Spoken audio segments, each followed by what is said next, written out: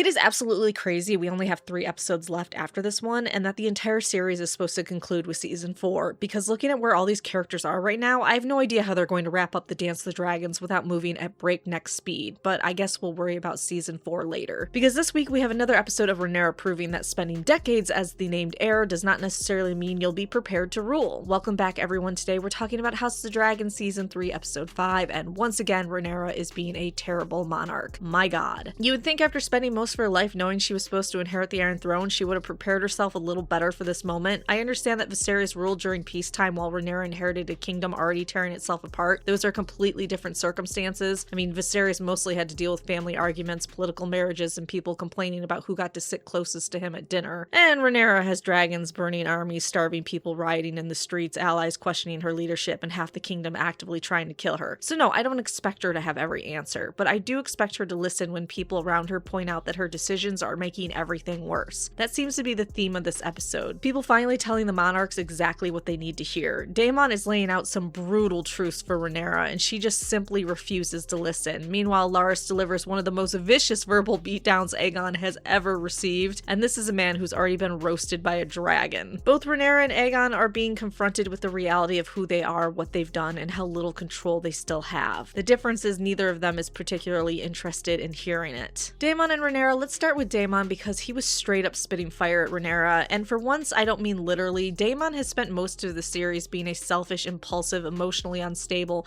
and occasionally disappearing whenever his family needs him the most. He's not exactly the person I would normally choose to teach a leadership seminar, but when Daemon is making more sense than the queen, we have a problem. He's telling Rhaenyra what is happening right in front of her. She's losing control, her authority is weakening, people are starving, her allies are becoming frustrated, and the people who are still willing to speak honestly to her are slowly running out of patience. But Rhaenyra doesn't want advice, she wants validation. She wants everyone around her to confirm that she's the rightful queen, that all her decisions are justified, and that every problem she faces was created by somebody else. And yes, the Greens usurped her throne. She has every right to be furious about that. But being the rightful heir doesn't automatically make you a competent ruler. That has been one of the most frustrating things about Rhaenyra this season. She still seems to believe that because the throne should belong to her, the realm should naturally recognize her authority. But that isn't how power works, especially during a civil war. Legitimacy matters, but so do results. People cannot eat legitimacy. Soldiers cannot fight with legitimacy. And the citizens of King's Landing aren't going to stop rioting because Rhaenyra reminds them that Viserys named her heir 20 years ago. She needs to govern the people she has, not the imaginary realm she believes she deserves. Daemon is trying to make her understand that, but every criticism becomes a personal betrayal. Every disagreement becomes an attack on her claim. She is so defensive that she can't recognize the difference between someone undermining her and someone desperately trying to stop her from destroying herself. And with only 3 episodes left, I'm beginning to think she isn't going to learn that lesson until it's far too late. Larys destroys Aegon. Then we have Larys completely eviscerating Aegon. The conversation was brutal. Larys knows exactly where to strike because he understands Aegon better than almost anyone. Aegon has spent his entire life desperate to be loved, admired, and taken seriously. He became king because other people placed a crown on his head, and he convinced himself that the crown would finally give him the respect he never received from his family. Instead, his reign has been one humiliation after another. His council manipulated him, Aemon undermined him, Alicent dismissed him, his body has been permanently damaged, his dragon is gone as far as he knows, and now he's being forced to confront the possibility that history will remember him as nothing more than a failure. Larys doesn't comfort him, he tears down whatever illusion Aegon still has left. And Larys is obviously manipulating him. He doesn't do anything purely out of kindness, but that doesn't mean everything he says is wrong. That's what makes Larys so effective. He rarely has to invent someone's insecurity. He finds that insecurity that's already there, pulls it to light, and then offers himself as the only person who truly understands. Aegon is vulnerable, angry, physically broken, and desperate for some sense of control that makes him the perfect target for Larys. Tyland's survival and the Braavos plan. Now, if you're wondering how Tyland survived, I don't think it's too difficult to believe. The show has repeatedly established that armored characters do not automatically sink straight to the bottom of the ocean and disappear forever if they have plot armor. They were also moving through relatively shallow water at that point, if you remember, so it's entirely possible Tyland managed to reach a shallower section and get himself out. Is it convenient? Sure, but compared with some of the other things people have survived in the show, Tyland crawling out of the shallow water is not where I'm drawing the line. And then there's the claim that Aegon wouldn't tolerate the heat in Braavos. What heat?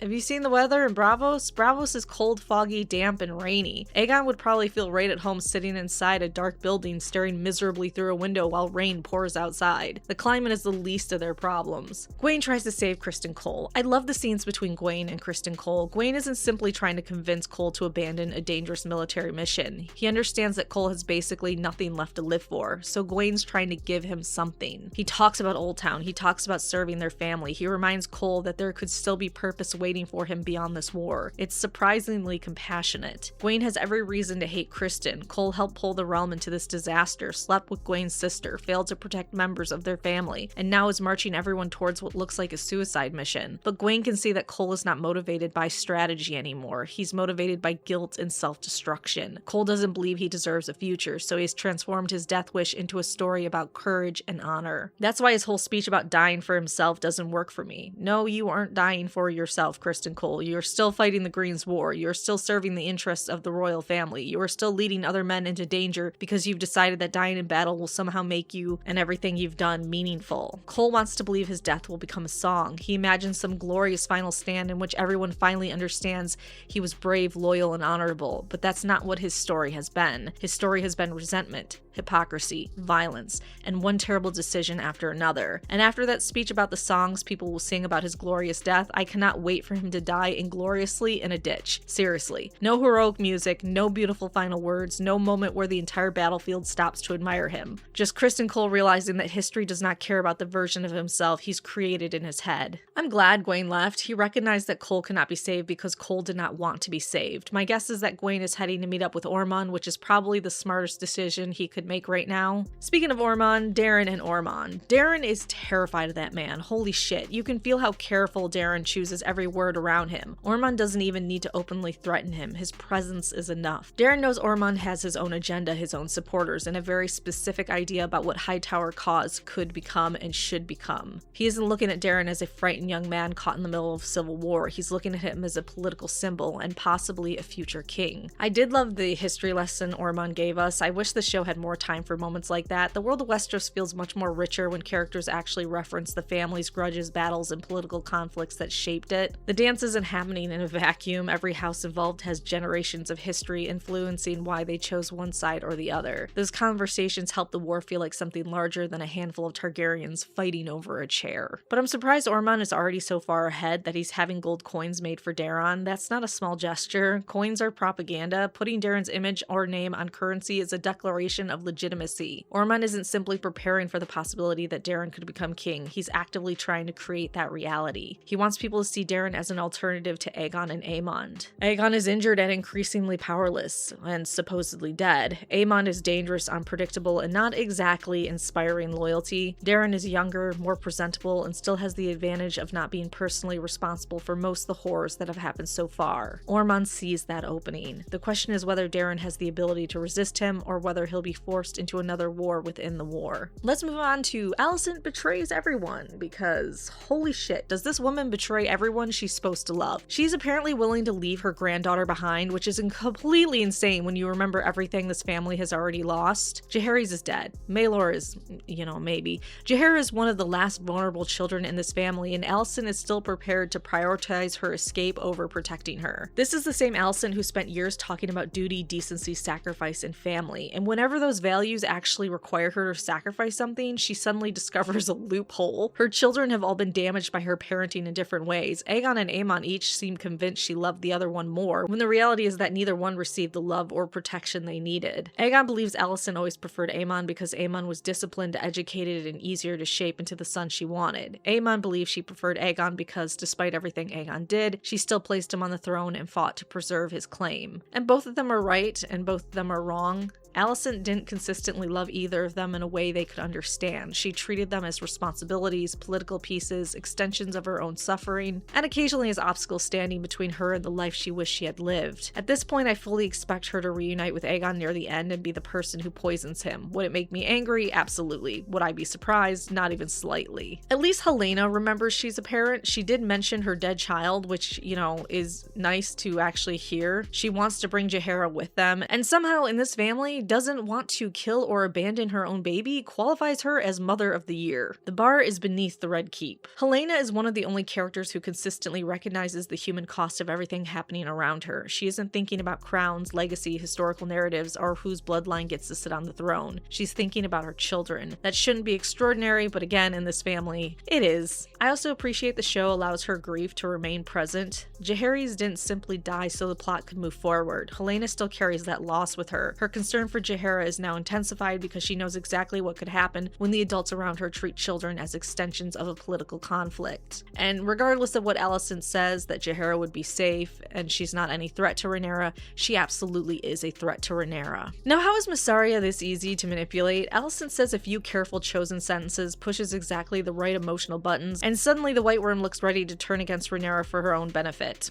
Alright. She's supposed to be one of the most perceptive political operators in King's Landing. She's built an intelligence network from nothing. She's survived powerful men, shifting alliances, and repeated attempts to use or discard her. But Alicent has one conversation with her and suddenly she's reconsidering everything. I understand that Mysaria has reasons to be frustrated with Rhaenyra. Rhaenyra's leadership is deteriorating, and Mysaria has never been motivated by blind loyalty. Her allegiance was always conditional. She supported Rhaenyra because she believed Rhaenyra could create something better for the people. If Rhaenyra is no longer doing that, it makes sense for the White Worm to reconsider her position. But the transition feels rushed. I need more build-up. Give us several episodes of Mysaria watching Rhaenyra ignore the suffering in King's Landing. Show her becoming disillusioned. Let us see the moment when she realizes that Rhaenyra is just another royal who speaks about the people when it's politically convenient. Then Alicent's words could confirm doubts that were already growing. As it is, Mysaria seems surprisingly easy to sway for someone whose entire survival has depended on recognizing manipulation. Let's move on to Aemond and Baela. Those scenes were cute. In the episode filled with betrayal, manipulation, suicidal speeches, and terrible parenting, it's nice to have a few moments where two people appeared to genuinely care about each other. I especially like seeing Aemond act protectively towards Baela. This dynamic gives both characters a little more warmth and humanity, and it reminds us that the family relationships in this world don't have to be purely transactional. Of course, this is House of the Dragon, so I'm sure the happiness will last approximately 7 minutes. But for now, I enjoyed it. Next, the Feast of Traitors. I understand the Feast of Traitors was supposed to be shocking and a dramatic image, and visually it worked, but practically, think about how much time that would take. Someone had to break into the Gold Cloaks' headquarters, overpower or kill that many armed men, remove or work through their armor, disembowel them, and then carefully position all of their bodies. That is not a quick assassination. That is an arts and crafts project. Nobody came around the corner during any of this. No additional soldiers arrived. No one heard the fighting. They had enough uninterrupted time to arrange the entire room full of armored bodies for maximum dramatic effect. Okay.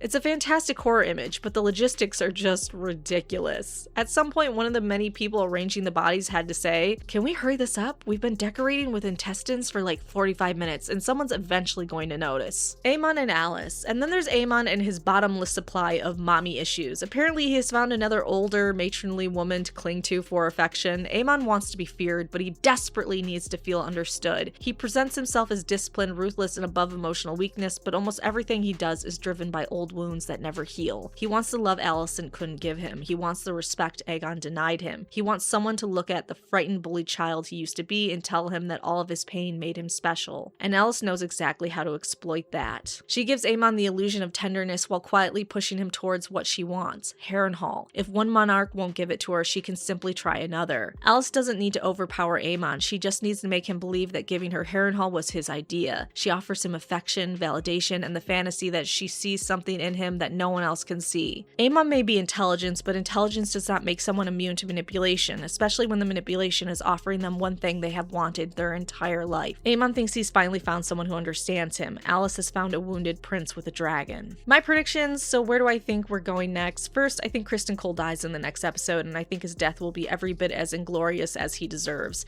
He wants songs, he wants glorious last stands, he wants his death to transform him into an honorable knight he never managed to become in life. I don't think he's getting any of that. Second, I think Gwayne makes it to Ormond. He has separated himself from Cole's suicide mission, and joining the Hightower army gives him a chance to remain relevant while putting him directly in the middle of Ormond's plan for Daeron. Third, Ormond will continue using money and propaganda to create dissent inside King's Landing. Those Daeron coins aren't just souvenirs. He's planting the idea that the realm has another option, and hungry, frightened people are very receptive to another option. Fourth, Rhaenyra will continue to be a horrible monarch. I would love to predict that she finally listens, changes course, and finally rebuilds trust, but nothing we've seen suggests she is ready to accept responsibility for her failures. She will probably become more suspicious, more defensive, and more convinced anyone who questions her is a traitor. Finally, I think Alicent escapes, but Helaena gets left behind. Maybe they are separated while everyone is scrambling through the darkness. Maybe Helaena refuses to leave without Jaehaera, or maybe Alicent is forced to choose between saving herself or going back for her daughter and makes the most Alicent decision imaginable. Whatever happens, I don't see Alicent successfully rescuing everyone. Overall, this episode felt like it was positioning everything for the final 3 episodes. The monarchs are losing control, alliances are shifting, Ormond is preparing to turn Daeron into a rival claimant, Alicent is sinking her claws into Aemond, Larys is rebuilding his influence over Aegon, Mysaria is questioning her loyalty to Rhaenyra, and Criston is marching towards the pathetic death he has spent the entire season trying to romanticize. There were some strong character moments, especially with Gwayne, Helaena, Larys, and Daemon, but I'm still concerned about the pacing. There's so much story left, and the series supposedly only has 1 more season after this. Unless these final 3 episodes move incredibly quickly, season 4 is going to have an enormous amount of ground to cover. And considering this show's habit of giving us 40 minutes of people discussing war followed by 4 minutes of actual war,